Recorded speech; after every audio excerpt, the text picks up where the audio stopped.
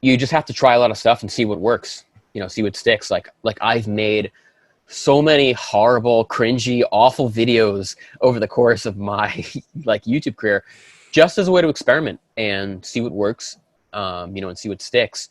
And I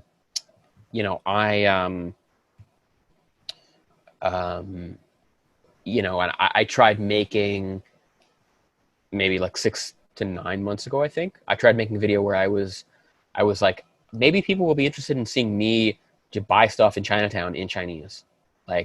So we tried making that video and it did really well. And so I was like, all right, well, that's a signal that I should make more of those videos. And so I did. I think it's important. I think it's important to, like, it's not, well, I think a lot of people think, oh, I don't want to chase virality. I don't want to just try to chase the numbers. But I don't really think that's the right way to think about it. Like, a large view count on YouTube is a signal that there's a lot of people that are interested in that content. And it has to coincide with what you're good at and what you're like doing and what you like doing. And if it doesn't, like, people are going to see that, and or you're going to get bored of it, right?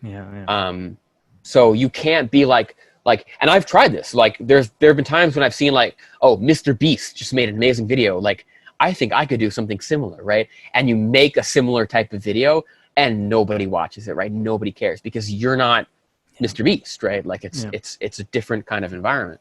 So, but you have to make things that are coincident with your passions and your interests. Something that the audience is looking for, or right, and something that the audience values, that the audience wants to watch. Because a lot of times when people start, I remember when I started making videos, I was like, well, what do I care about? I think this is interesting. I want to make a video about this, but the audience might not care about that, right? So if you want to get views, you have to make things that an audience is going to care about as well. So give us a few examples of videos that you did that completely failed, and a few examples of videos that went viral that did really well. Yeah. So, let me think. Okay. So let me preface this by saying that, like, I think a lot of times people think that the views you get is kind of a direct linear relationship with how much effort and work you put into something. So I made a video that's completely not true, though.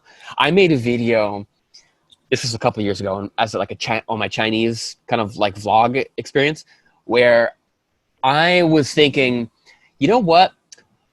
So I was in touch with a Japanese guy on Bilibili who was also a YouTuber, like an uploader there, and he was coming to America, like Las Vegas, to just like for a vacation, I think. And so I was like, you know what? I think it'd be a fun video. And I live in New York, which is like halfway across the country. And so I was like, you know what? And I told him I couldn't come. I couldn't make it because it's really far away. I have a lot of work. And I was like, you know what? It might be an interesting video if I snuck out to Las Vegas and surprised this guy and filmed the whole thing. And so what I did was I flew out to Vegas. I told him I wasn't coming. I got my friend to come with me to Vegas. We rented a room in a hotel. We got a fake birthday cake. I snuck into the birthday cake. We set up hidden cameras all around the birthday cake. We got him to come to the hotel. My friend was there. He got him to, like, we had this whole like fake like setup to get him to arrive at the hotel. He comes, takes him to the backyard. There's a birthday cake there. I jump out of this birthday cake and shock him and film his reaction. He's like totally shocked. And it's like this like 20-minute, this grand like prank video. I was like, man, I fucking nailed this video. It's going to get 10 million views. People are going to love it. I posted total crickets. Actually, to this day, I think that video is one of my worst performing views on YouTube. There's very few videos that have fewer views than that one on my YouTube channel. And I'm just like, fuck, what the hell, man? Like, I spent so much money and time and effort on this fucking video. And I was like, was this a waste of time? Like, yeah. But But you know why? It just that video didn't resonate with the audience in any way. It didn't make any sense to them, like why I would be doing this. You know, especially like a Chinese audience. Like maybe if I had made that video in English, it would have made a little bit more sense. But like for a Chinese audience, it's like, what are you doing? Like this doesn't make any sense to us. Did the guy share it? Or not even? Not even. What do you mean? Like on The guy like that you pranked, did he share the video with his followers? I don't remember. It wouldn't have mattered anyway because it was just like so clearly irrelevant and stupid and boring for my audience. Yeah. Give us an example of something that did work very well then. Yeah. With minimum efforts. Mm-hmm. So here's a good one. I was talking to some people after I had been doing these Chinese videos for Americans for a while, and somebody suggested that, actually a couple people suggested this to me. Why don't you go to a nail salon? And I was thinking like, nail salon? Really? Like I don't really understand why that's interesting, but people were just like, oh, you know what, you gotta go to a nail salon. It's like a thing. Like, go to a nail salon and see if you can speak Chinese with people there. So I was like, okay, I'll try that.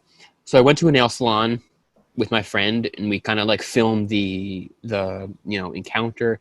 It was pretty funny, but I didn't think it was like so. It was like kind of interesting, but I was like, okay, it's like all right, but I posted the video. And it's got, I think, over 30 million views right now. A million. On my YouTube channel. And what do you do? Just surprise the people who work there with your Chinese, or? Yeah. And well, they were kind of like I think the interesting part. Well, I can talk about why that video did well, but in the actual video itself, we were speaking in English, and then they were talking about us in Chinese, and then we suddenly revealed that we were able to speak Chinese, and it was like, oh, they were shocked, right? And then we kept talking in Chinese. Now, why that video did so well is a function of a couple things. Like one, it's people are interested in seeing me speak Chinese and surprise people with my Chinese, but that video did so much better than the vast majority of other videos in which I surprised people with my Chinese. And the reason is that nail salon, it turns out, is a really key cultural touchstone in American culture. Every American girl, not every, but most maybe, American girl has had the experience of going into a nail salon, sitting down, and seeing the usually Asian ladies doing her nails, speaking in their language. Now, whether that's Vietnamese, Korean, Chinese, it's not always Chinese, but speaking in their language to each other. And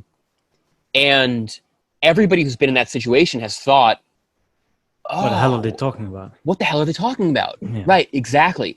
So what that video was able to capture was this vicarious experience of going and getting your nails done. But let's say you did that, and let's say all of a sudden you were able to understand what the nail salon workers were saying. Yeah. Right? Like every girl has that experience of like wanting to be able to know what people are saying. Are they gossiping about me? Like, what are they talking about? Like, I wonder if I could surprise them with perfect Vietnamese or Korean. What kind of experience would that be? Right? Yeah. And that it's also a thing in like you can see this also reflected in media as well. Like there's a very famous episode of Seinfeld where Elaine goes into a Korean nail salon, and the Korean nail ladies are gossiping about her viciously, and she can't understand what they're saying, but it's hilarious because they're calling her like a princess, like a pampered little, like woman, and she's but she has no idea what they're saying. Yeah. And so it's this kind of like cultural thing that's very, very relevant for people. And when you combine that with the shock reaction of somebody seeing you speak Chinese, that's a recipe for a viral video.